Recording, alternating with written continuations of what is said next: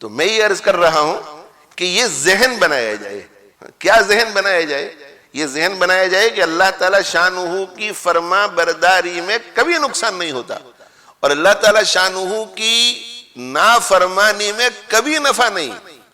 بلکہ یہ کہوں تو غلط نہیں کہ اللہ جل جلالہ وعم نوالہ کی فرما برداری میں کبھی بھی ایک رائی کے دانے کے برابر بھی نقصان نہیں فرما برداری میں، اور اللہ کی نافرمانی میں ایک رائی کے دانے کے برابر کبھی بھی نفع نہیں. بظاہر نظر آتا ہے کہ نفع ہے، بظاہر نظر آتا ہے کہ نقصان ہے، لیکن نفع نہیں ہو سکتا، نقصان نہیں ہو سکتا. جب میرے بھائیوں میرا اور آپ کا یہ ذہن بن جائے گا تو اگر ہم ریسٹورنٹ چلا رہے ہیں، ملک شیک کی دکان چلا رہے ہیں، آئس کریم کی دکان چلا رہے ہیں، اور نماز کا وقت آ گیا، مؤذن اذان کہہ رہا ہے، اور ہم دیکھ رہے ہیں کہ بہت لمبی لمبی لائن کھڑی ہے، اور اگر میں نے دکان بند کر دی تو یہ آدھ گھنٹے کے لیے انتظار کرنے والے نہیں ہے، اور یہ کسی دوسری دکان میں چلے جائیں گے تو میرا نقصان ہوگا. تو اس وقت ہم دکان بند کر سکیں گے، اس لیے کہ ہمارا یقین یہی ہوگا کہ ہو ہی نہیں سکتا کہ میں نماز پڑھ کر اللہ کے حکم کو پورا کروں اور میرا نقصان ہو جائے. سوال ہی پیدا نہیں ہوتا، یہ سوال ہی پیدا نہیں ہوتا. اور پھر اللہ کر کے بھی دکھائیں گے، اللہ کر کے بھی دکھائیں گے.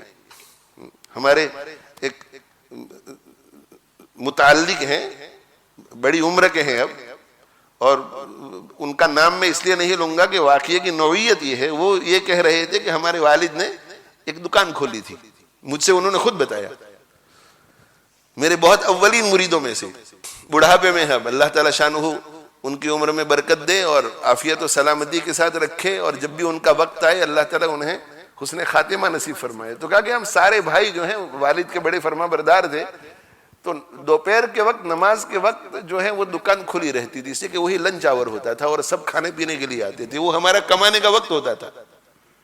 اور ابا کو ہم ذرا، ہمارا ذہن تھوڑا دینی تھا، ابا کا اتنا نہیں تھا، تو ابا کو ہم کہتے تھے کہ دکان بند کرنی چاہیے، مسجد قریب ہی ہے، نماز پڑھنی چاہیے. تو کہا کہ ابا منع کرتے تھے کہ نہ، یہ تو ہمارا دیکھو، یہ دوسری ریسٹورنٹ میں چلے جائیں گے، دوسری ٹیک اوے میں چلے جائیں گے. کہا کہ کرنا یہ ہوا کہ ہم بھائیوں نے مشورہ کیا کہ ایک طرف ابا ہے، دوسری طرف اللہ ہے، اب تو ذرا ہمیں زور کے ساتھ ابا کو کہنا چاہیے. تو انہوں نے الٹیمیٹم دے دیا ابا کو کہ ابا آپ ناراض نہ ہو، مگر اللہ کو ناراض اب نہیں کر سکتے، اس ہفتے سے ہم دکان ہم بند کر دیں گے. اور کہتے کہ ہم نماز کے لیے چلے گئے، نماز کے لیے چلے گئے. دوسری بھی وہاں دکانیں تھی، لنچ آور تھا، اور میرے بھائیوں اللہ کا حکم پورا کرنا تھا کہ مسجد میں جا کر جماعت کے ساتھ نماز پڑھنا ضروری ہے. تو چلے گئے اور فرض پڑھ کر کے آگے. اب سنتیں اپنی اپنی پڑھ رہے ہیں، سب 3-4 بھائی ہوں. تو کہتے جب ہم واپس آئے تو پوری لائن انتظار میں تھی، کوئی گیا نہیں. یہ ہو نہیں سکتا، یہ ہو نہیں سکتا. اور پھر جو ہے وہ لائن کھڑی تھی، انتظار میں تھی، اور کئی سالوں تک ہم اس ملک میں رہے اور دکان چلاتے رہے، اور وہ لائن اسی طرح ہر فرائیڈے کو ہمارے لیے انتظار کرتی تھی. پھر بعد میں وہ لیٹ آنے شروع ہوئے، اس لیے کہ ان کو پتا تھا کہ دکان اتنے بجے کھلے گی.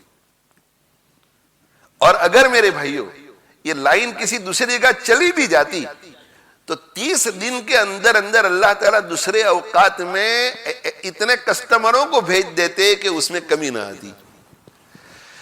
اور اگر کمی آ بھی جاتی گنتی کے اعتبار سے، اگر کمی آ جاتی گنتی کے اعتبار سے، تو ہوتا کیا، اس میں برکت اتنی ہوتی، اس میں برکت اتنی ہوتی کہ پہلے تیل کا ڈبہ 1 مہینے میں ختم ہو جاتا ہے، اب 1.5 مہینے میں ختم ہو رہا ہے.